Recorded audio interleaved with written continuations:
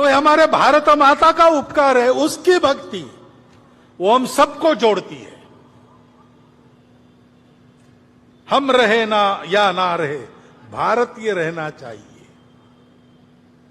यह सब पर लागू है, सब जातियों पर लागू है, सब पंथ संप्रदायों पर लागू है।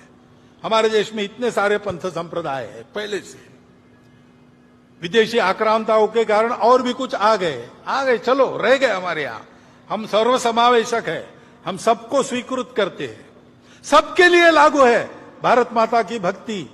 हम सबके पूर्वज वही है, समान है, समान पूर्वजों का गौरव, उनके आदर्शों का अनुकरण, और इस सर्वसमावेशक, सबको स्वीकार करने वाली, संस्कार देने वाली, भद्रता सिखाने वाली, सत्य, करुणा, शुचिता और तपस के चौखट में चलने वाली संस्कृति को स्वीकार करके चलना, यही हमारे एकता का आधार है।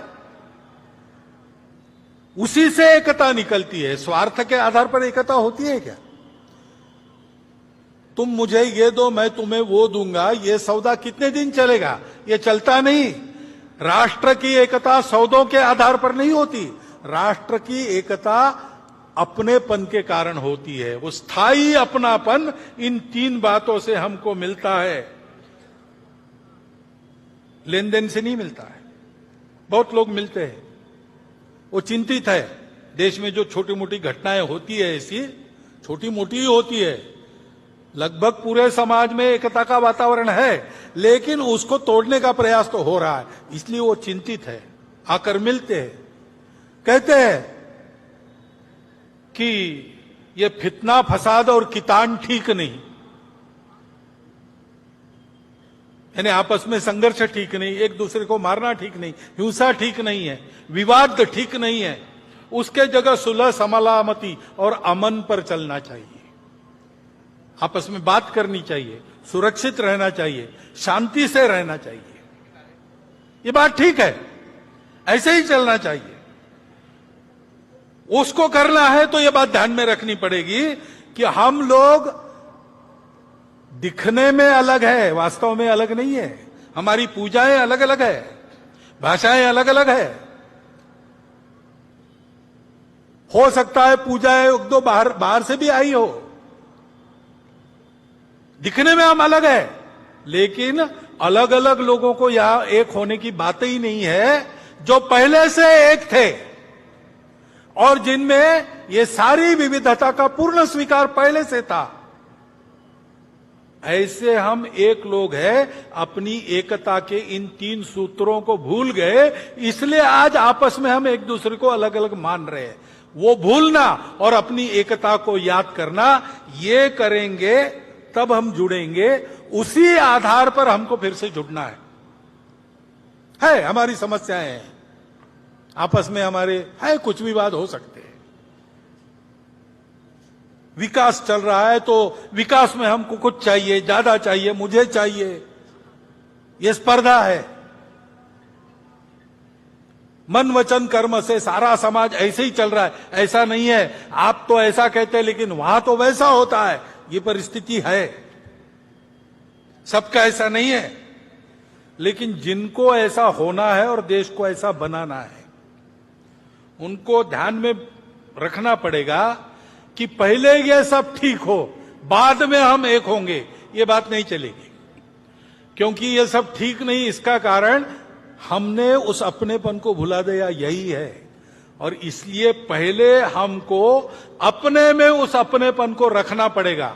ये सब होता है तो भी क्षोभ नहीं होना चाहिए, अविवेक, असंतुलन नहीं होना चाहिए।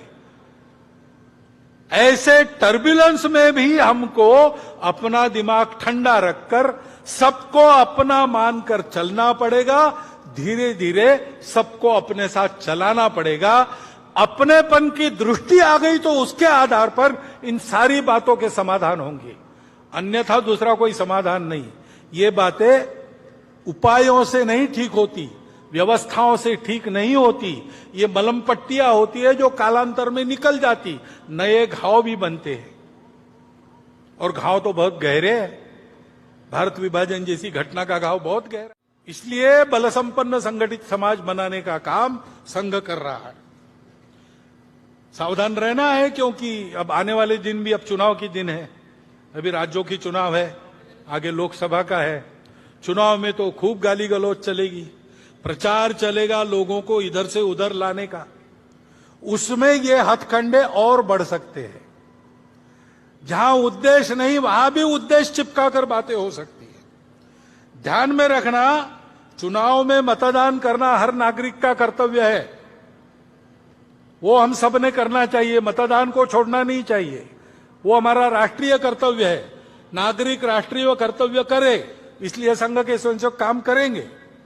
परंतु वो ऐसी छोटी बातों के आधार पर नहीं करना है। उकसावे में, भड़काऊ बातों से भड़ककर उकसावे में आकर नहीं करना है। ठंडे दिमाग से सोचिए कौन अच्छा है, किसने अच्छा काम किया है। सबका अनुभव अब भारत की जनता के पास है, सबका अनुभव ले लिया। अब इसमें कौन अवेलेबल बेस्ट, उसको देना। ऐसा हमको चलना पड़ेगा। मतदान के प्रचार के समय ये सारे हथकंडे फिर से अपनाए जाएंगे, उसकी आग में हमको पड़ना नहीं चाहिए। ये ध्यान रखकर हम आगे बढ़े। संघ ऐसे जाएगा। 1925 के बाद, 1925 को संघ शुरू हुआ, 2025 100 साल पूरे होते हैं। 26 तक वो हम शताब्दी का वर्ष, 100 साल पूरे होने बाद का वर्ष हम मनाएंगे।